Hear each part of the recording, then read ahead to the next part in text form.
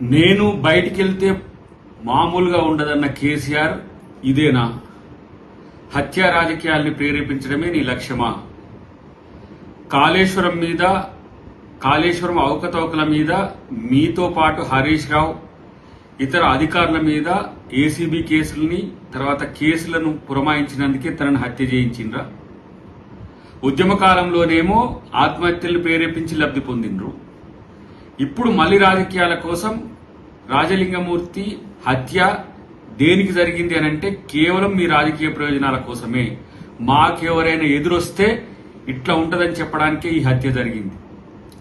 కేసీఆర్ ని, హరీష్ రావుని, ఇతర అవినీతి అధికారులను ఈరోజు తను ఎదిరించినందుకే ఆ మాజీ కౌన్సిలర్ సరళ భర్త ఈరోజు హత్యకు గురైండు. నువ్వు బయటికి వెళ్తే మామూలుగా ఉండదంటే హత్య రాజకీయాలు ప్రేరేపించడానికే ఇలాంటి ప్రయత్నాలు చేస్తున్నారా? తస్మాత్ జాగ్రత్త.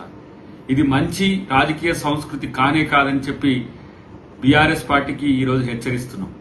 ఈరోజు గనక కాళేశ్వరం కేసు ఫైనల్ అయి తను వేసిన కేసులే కనుక చర్చకు వస్తే కేసీఆర్ తో పాటు హరీష్ రావు, అక్కడ ఉన్న అవినీతి అధికారులంతా కూడా జైలుకు వెళ్లాల్సి వస్తుందనే ఉద్దేశంతోనే ఈ భయోత్పాతం సృష్టించడానికే ఇలా బీఆర్ఎస్ పార్టీ చేసిన కుట్రగా మేము ఇది భావిస్తున్నాం. డెఫినెట్ గా దీనికి తగిన మూల్యం ఉంటుంది, గుర్తుంచుకోండి. ఇలాంటి హత్యా రాజకీయాలతో రాజకీయాలు చేస్తానంటే ఎవరు కూడా సహించరు. ఇలా మీరు బయటకు వస్తే ప్రజాస్వామ్యయుతంగా పోరాడతామేమనుకుంటే హత్యలు చేయించడానికి కేసీఆర్ బయటకు వచ్చిందా? ఇలా మాట్లాడుతున్నారు చాలా మంది. ఏ విధంగా మేము ప్రభుత్వాన్ని కూల్స్తాము, ఇట్లా చేస్తాం, అట్లా చేస్తామని చెప్పి ఎక్కువ మాట్లాడుతున్నారు. అంటే ఇట్లాంటి హత్యా రాజకీయాలు ప్రేరేపించడం దీనికి ఉదాహరణ అనుకోవాలనా?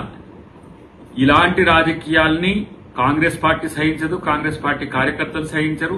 అన్నిటికంటే ఎక్కువ ఇలాంటి హత్యా రాజకీయాలను ప్రేరేపించడం అనేది కేసీఆర్ లాంటి వ్యక్తికి తగదు. దీన్ని తీవ్రంగా కాంగ్రెస్ పార్టీ పరిగణిస్తుందనే విషయాన్ని గమనిస్తే మంచిది.